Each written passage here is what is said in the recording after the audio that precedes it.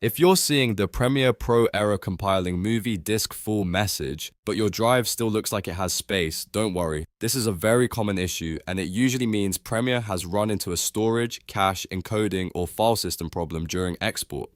In this video, I'll show you how to fix it step by step so you can export your project successfully. And if this tutorial helps, make sure to hit like and subscribe for more Premiere Pro tips and quick fixes. First, let's understand what this error really means. When Premiere says error compiling movie disk full, it does not always mean your entire drive is completely full. In many cases, Premiere is failing because it needs extra temporary space while exporting, or because the export location, media cache, or drive format is causing the problem. So the first thing to do is free up as much space as possible. Start by deleting any temporary files you no longer need. Empty your recycle bin on Windows or trash on Mac because those files still count until they are fully removed. Then open Premiere Pro and clear your media cache. To do that, go to Preferences, then Media Cache and click Delete.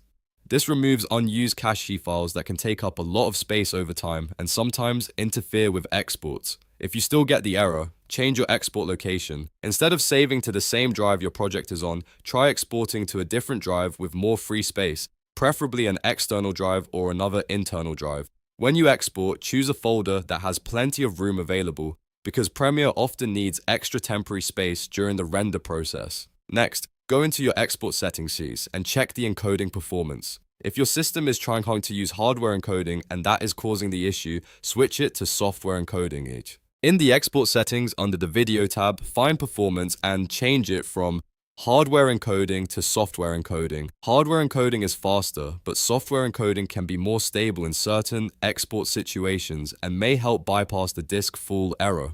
Now let's check your drive format because this is a very important one that people often miss. If your drive is formatted as FAT32, it has a 4 GB file size limit, which can cause export failures even if you have plenty of free space.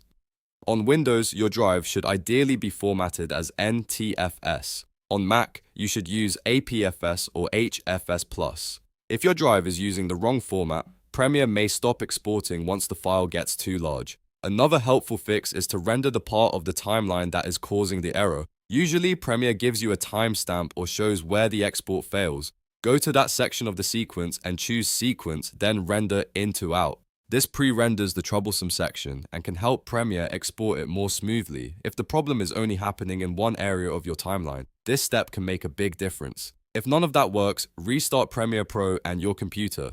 A simple restart can clear temporary file locks, reset background processes, and free up system resources that may be blocking the export. After restarting, try exporting again with the same settings. To recap, if you get the error compiling movie disk full message in Premiere Pro, first free up space, clear your media cache, change the export drive, switch to software encoding, check your drive format, render the problem section, and restart Premiere if needed. In most cases, one of these steps will fix the issue and get your export working again. If this video helped you solve the problem, please hit the like button and subscribe for more Adobe Premiere Pro tutorials, editing fixes, and workflow tips. Thanks for watching, and I'll see you in the next one.